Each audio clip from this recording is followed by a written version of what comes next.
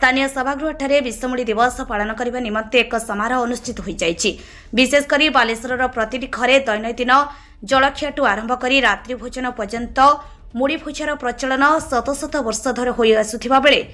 एही मुढ़ी को विषमुखी कराइबा उद्देश्य नहीं आज दिन को विषमुड़ी दिवस पालन करने नहीं प्रत्येक को आह्वान दि जाइछि। फ्यूचर बालेश्वर प्रतिष्ठाता एनजेपी विजय पाणिग्राही सभापतित्व अनुष्ठित यह उत्सव में प्राक्तन विधायक प्रदीप्त पंडा,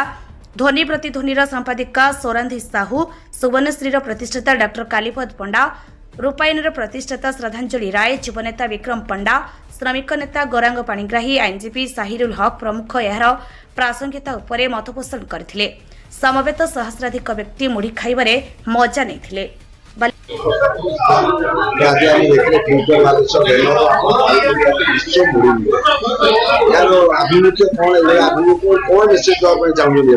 आपण देखु आपण मैंने तो जानी मत विजय पाणिग्राही फ्यूचर बालेश्वर सभापति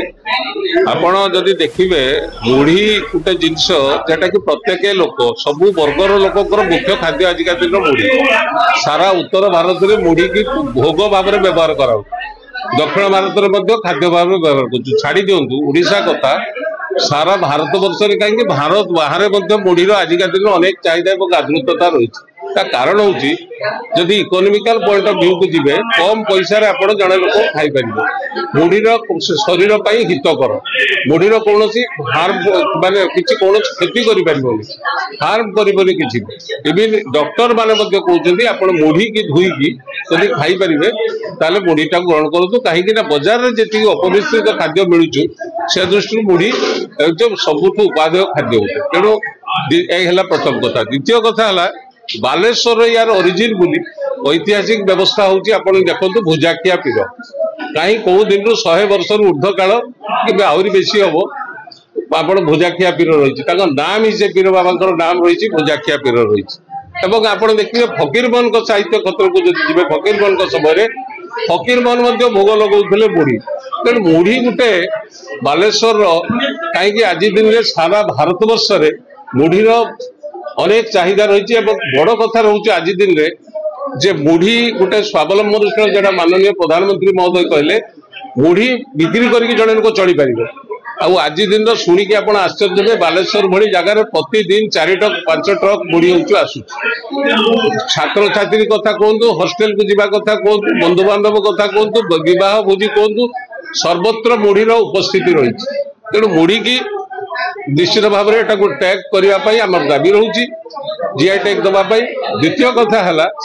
आगामी दिन में अनेक कार्यक्रम हम। द्वितीय कथा है जे मुढ़ी मार्च 29 तारीख को मुढ़ी दिवस भाव में आम घोषणा करने दाबी रखुचु एवं माननीय मुख्यमंत्री महोदय पाखु किसी भाई आमको परामर्श दौरान पाखे मेमोरांडम दबू एवं सेटा को आम दाबी करूँ मार्च 29 की प्रथम यू आरंभ है यह शेष हवा पर्यंत सर्वत्र पालन हवा पर्यंत ये उद्यम जारी रही सहायता गणमाध्यम न चाहिए आम किसी करूँ